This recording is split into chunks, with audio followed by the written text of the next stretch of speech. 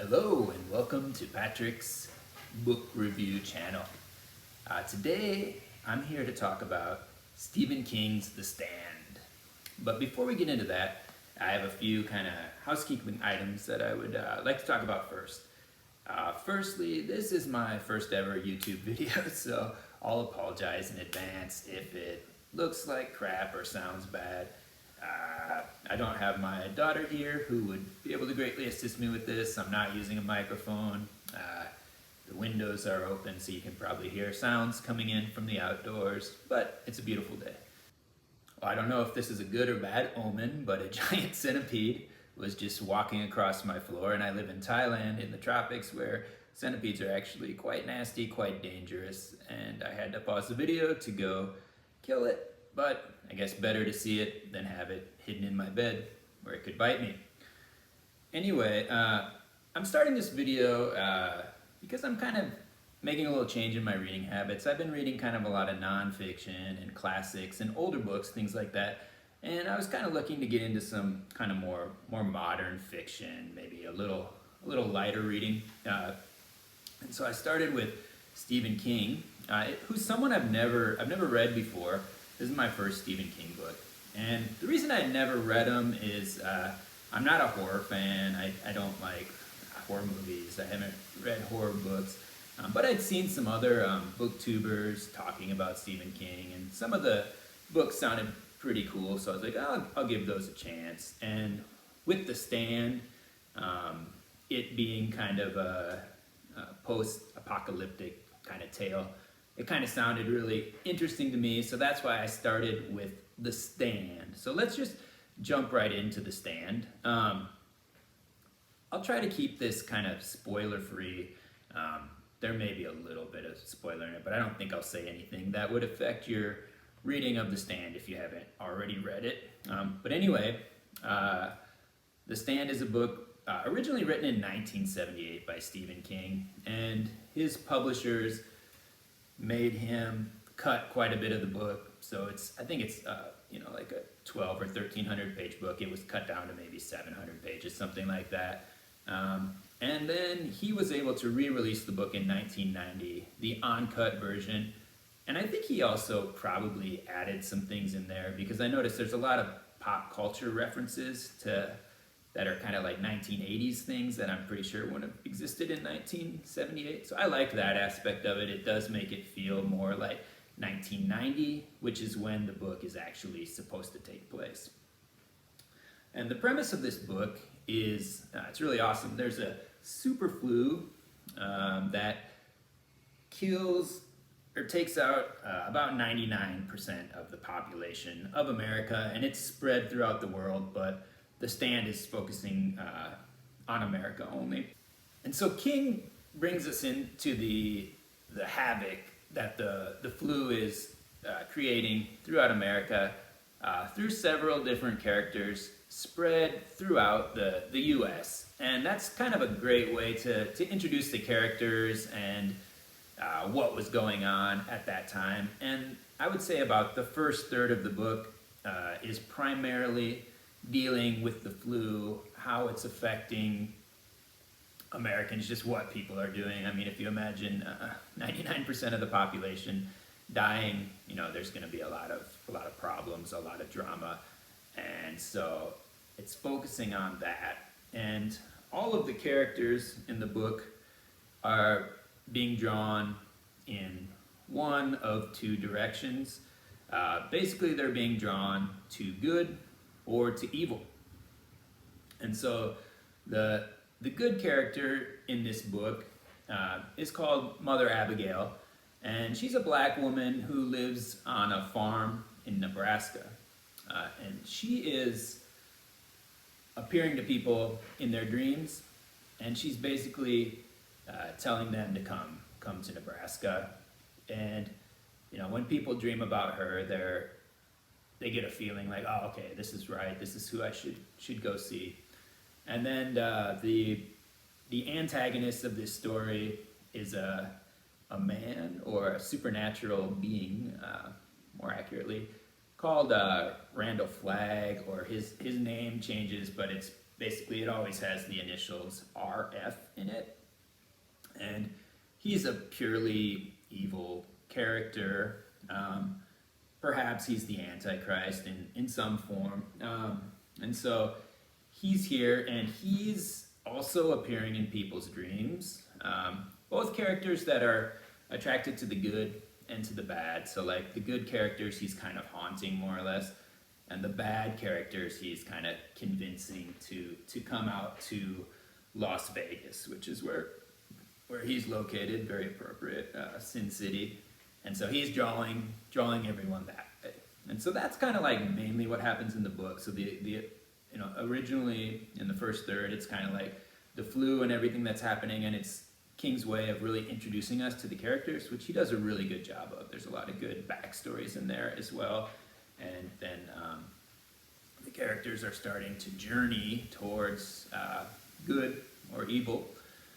And then it kind of goes on from there. So then, each place is kind of building itself up as two opposite poles of basically morality and being. So I think one of the strengths of this book are the themes that King brings throughout the book. And so a very obvious one is going to be the battle between good and evil. But I think what makes that more interesting is kind of like how that battle runs through the individual characters.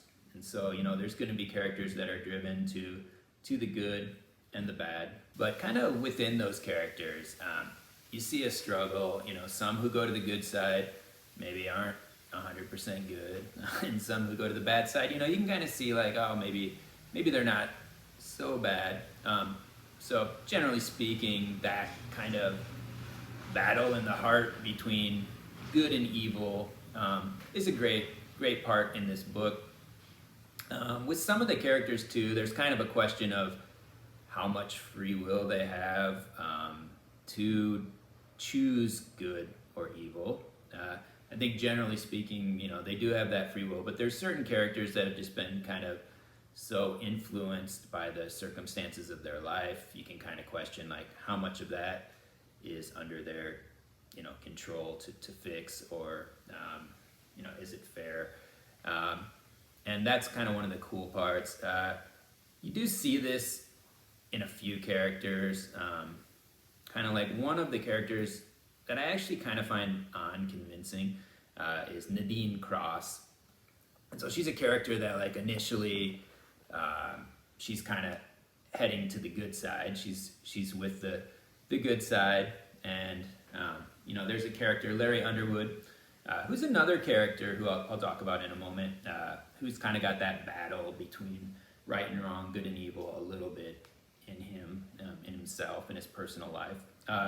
But with her, her background is she's kind of like a child educator working with children, and she's helping this other boy who had been left without parents, who's clearly very traumatized. And so she seems like a pretty good person overall.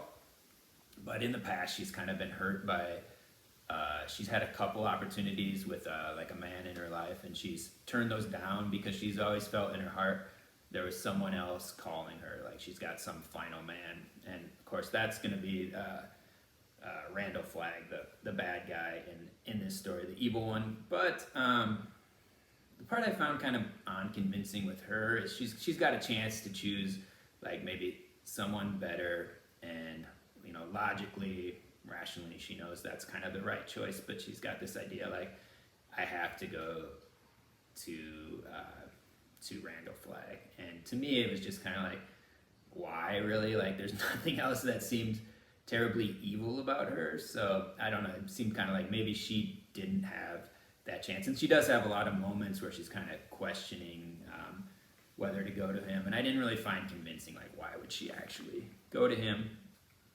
And then another character kind of on the bad side, but like a really I think kind of more interesting character is a guy called Trash Can Man, or that's his nickname. That's what he was kind of given. And he's someone who's I believe like schizophrenic as a youth, and he had shock treatment therapy and a lot of things like that. And so he had a very traumatic youth, and he's also happens to be a pyromaniac. So he's starting. He traditionally started a lot of fires everywhere in his life, and that was one of his big problems. And so he'd get sent to different, different institutional settings and things like that. So he's kind of in between. And for him, he's also being called to the evil one as well. But you can kind of question, like, how much control does he have over this, because of his circumstances and his kind of mental illness and those things. But I'll talk a bit more about him later. And then on the good side, more or less, there's a character named Larry Underwood, who's a very, very interesting character. He's like a musician that's just starting to break big when the super virus hits, and so he'd had like a hit single, and he's building up in fame, but he's very narcissistic. He's very self-centered, and he's been that way his whole life. There's scenes with his mother where she's telling him as much, and so in this story, he's kind of battling with that selfishness, with only considering himself, and he's kind of trying to become more self-sacrificial. That self-sacrificial love is what his kind of the ideal that he's moving to, and he does that more successfully. But you see that battle with him throughout the story, and so he's one of the more interesting characters as well.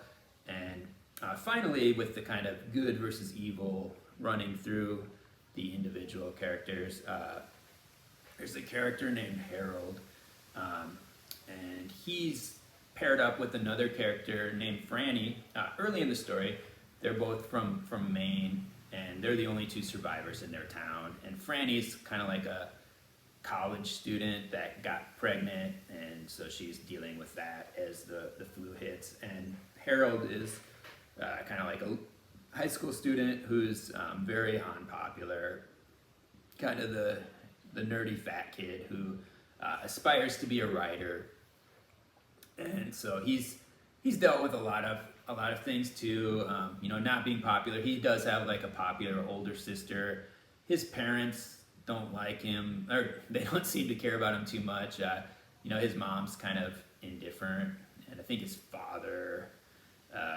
There's a scene where a memory where his father accuses him of being a homosexual, something like that, and so he wasn't close with his parents at all. So he had really no one in his life, and then as this flu hits, he kind of becomes infatuated with Franny, and she has mixed feelings about him, because he's got a lot of, he's kind of a character who, he's kind of like a know-it-all. He's quite annoying, he's quite gross, all those things. And so, but she also, he'd done a lot for her, and he's also very clever. He does a lot of things that help not only her, but the entire community early on.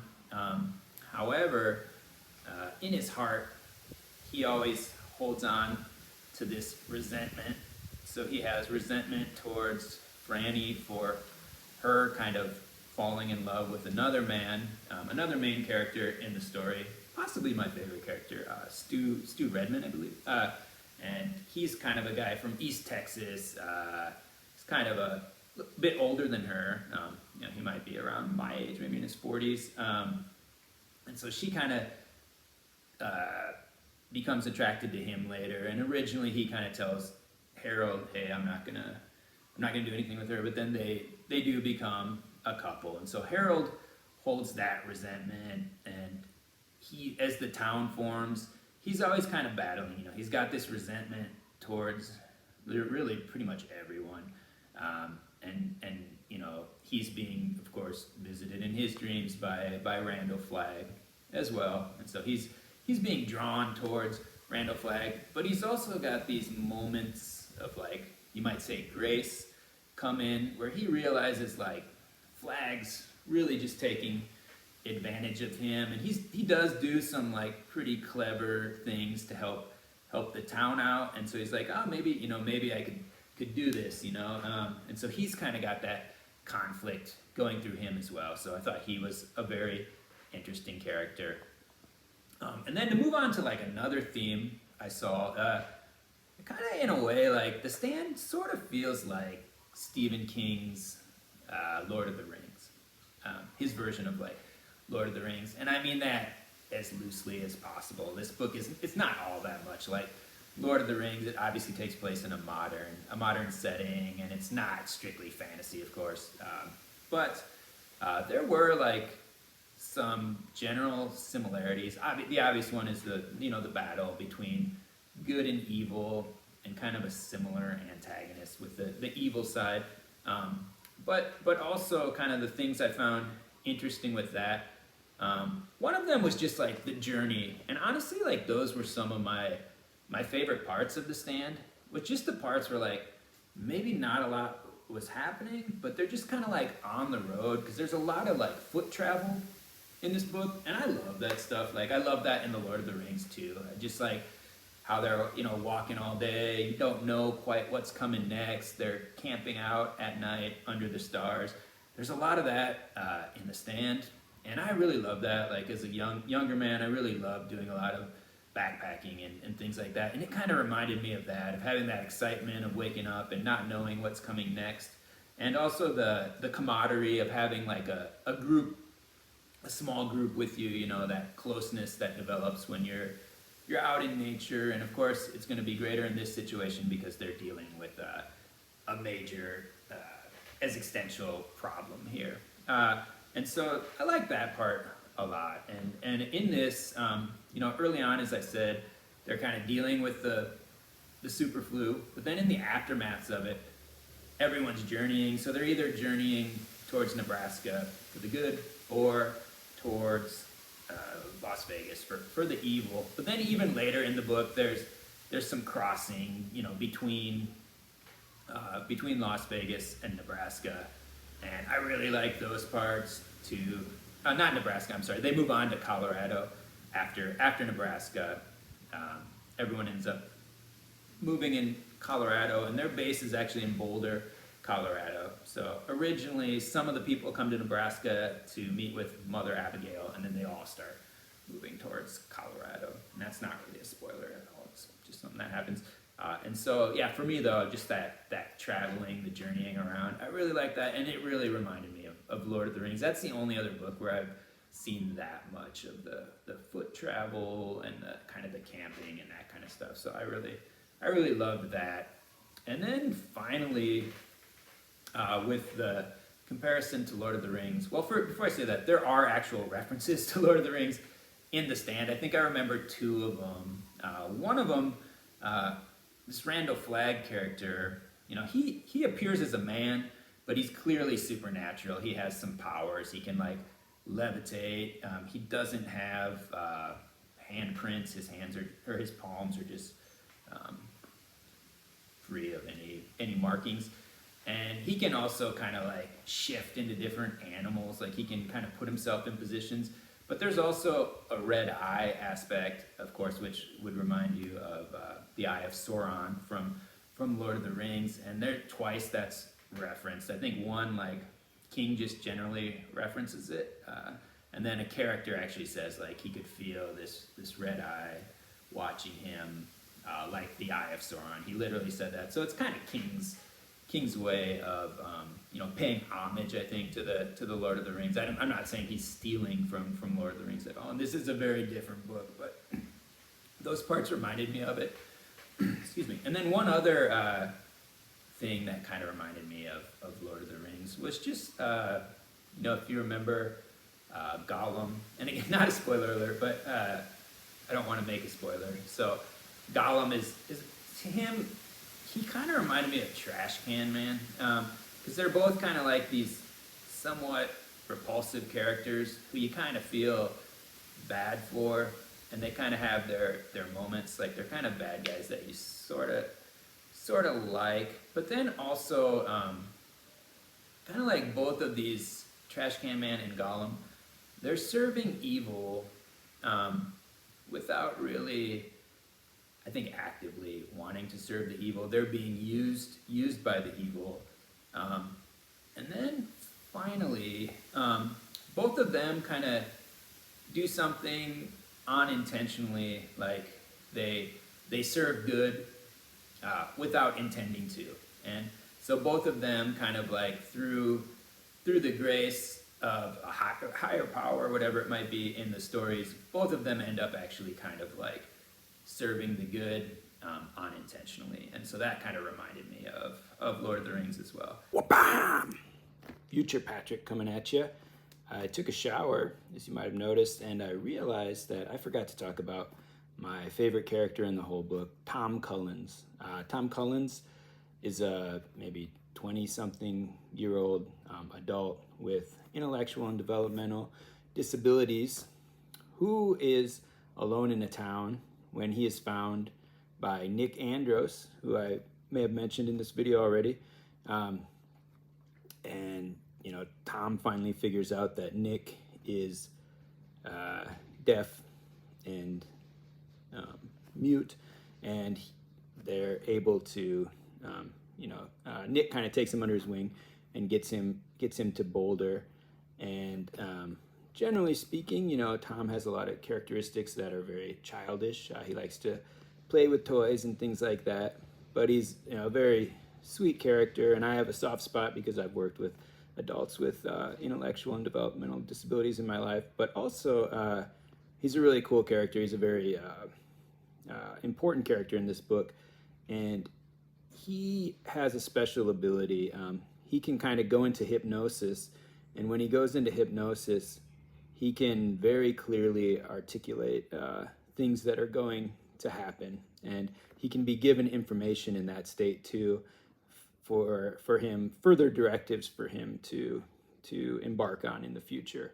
And so he's a really, really cool character, and he's one of two characters, along with Trash Can Man, who Randall Flagg, he can't see into their minds. So normally he can kind of see where people are at, he can track them, those kind of things. And because of both of the characters probably have some kind of, you know, mental disability, and so that makes them immune from Randall Flagg, which is also a huge advantage for our hero Tom Cullens. So I just wanted to mention him because I realized I had forgotten to do that. Another interesting theme in the book is kind of the political theme of you know, starting basically like these new small societies when everything's been wiped away. So, you know, there's the coming together of the evil in Las Vegas, and that's more authoritarian. Of course, Randall Flagg is kind of the evil leader of that, but he's also kind of giving some of these people, you know, like for example, like one of the main villains, if you will, is a kind of a small-time kind of criminal who got involved in a bigger murder in the book, and then he kind of comes to Flagg, and he's kind of feeling like self-worth for the first time because he's working for Flagg. But all these things, you know, Flagg's clearly in control, but some of the people, I think he does give them some feeling of like, oh, okay, I'm actually doing something useful for the first time in my life. Whereas the community, the good community that forms in Boulder, Colorado, that community, that's kind of more interesting because they're starting from scratch. So they're like, what, you know, they have to kind of think about like, how do we actually do this? And they start very small, but there's more and more people coming in every day. And so, you know, initially, you know, they're kind of deciding how free should we make this, and how much, how direct, can we have a direct democracy? Is that going to work? Or do we need to kind of set things up? And so there's kind of like an original council set up with some of the main good characters in the book. And they decide to have a town hall style meeting. And so there's one character, Glenn Bateman, I believe is his name.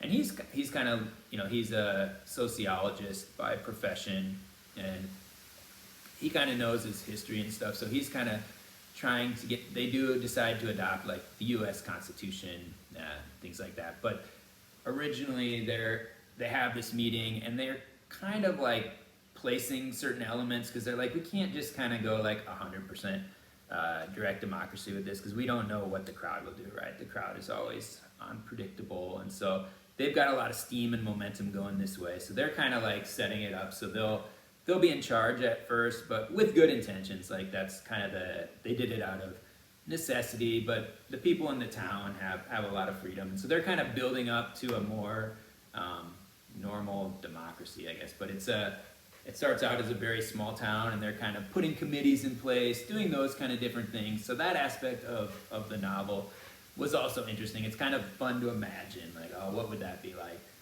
Restarting civilization, more or less. So that was really cool. And, just basic things. Like, he does a good job of, obviously, like, you're not going to have electricity after a while, so how do you get the electricity back? How do you do those kind of things? So I like that part a lot as well. And then, like, regarding the population, another thing I thought was kind of cool is, like, they're kind of questioning, like, well, what is, like, the right size of something? Like, once you get to a certain point where you don't know who everyone else is, well, that's kind of when crime starts to come along, right? And so that's going to creep in, of course, to their society as it gets bigger. There's just going to be more stuff like that going on, and so you do start to need, like, authority, police forces, things like that. But that's also kind of like a question I think the book asks is, like, what is really the ideal size of a population? Because two of the characters kind of late in the book, they decide, like, everything's good here, things are going well, but as it becomes bigger, those old issues, those old problems, they start to creep in. So maybe we should just go off and, like, because the country's wide open at this point, maybe we'll just go off on our own and start over again, and maybe if a few people want to join us, that's great. But it kind of, Boulder started feeling crowded to some people very fast, and I think that's kind of like an interesting thing I asked myself in my life, because I've lived in, like, small towns, I've lived in cities, and now I live in kind of like rural Thailand, but within a decent sized town, and I honestly kind of like that. I think the less people I'm around is probably the better for me. So as I get older, I don't need kind of the bells and whistles of a city. But anyway, that's just a personal aside. But I did like that aspect of, like, what's the right size for a town, for a population, for a community in order for it to thrive. And another question that, kind of a philosophical question that the book brings up, perhaps a theological question, is kind of like, will we ever learn? Like, we had our society the first time, and now we have a chance to rebuild society. But do human beings ever learn? Are we just in kind of like a fallen state where we're going to keep making the same mistakes over and over? And the characters in King leave that to be, that's an open question, but it's just kind of some of those kind of like interesting little tidbits to chew on. I enjoyed that about the novel as well. Another kind of interesting aspect of The Stand is, again, along kind of theological lines, for sure, of the nature of good and evil and the supernatural with that. And so both the good character and the bad character, they both have kind of some supernatural ability. Now, Randall Flagg, the Antichrist, type character, if you will, he's got these kind of tangible things. You can see, like, oh, okay, this is like evil. He's clearly working for the devil or for evil.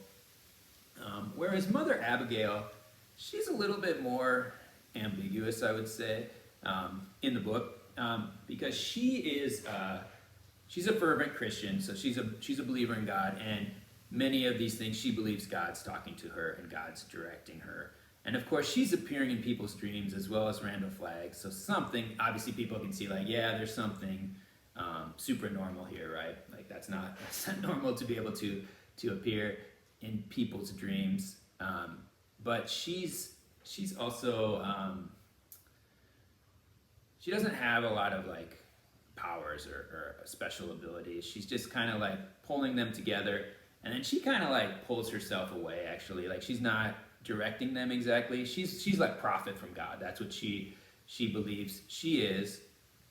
And so it kind of causes like a lot of the characters, because this is like a somewhat modern novel, obviously. So there are a lot of the characters are either agnostic or perhaps atheists. And so this gets them to think like, well, everyone sees she's good and she's drawing them to them. But a lot of them, like there's one character, Nick Andros, I believe is his name. He's deaf and mute.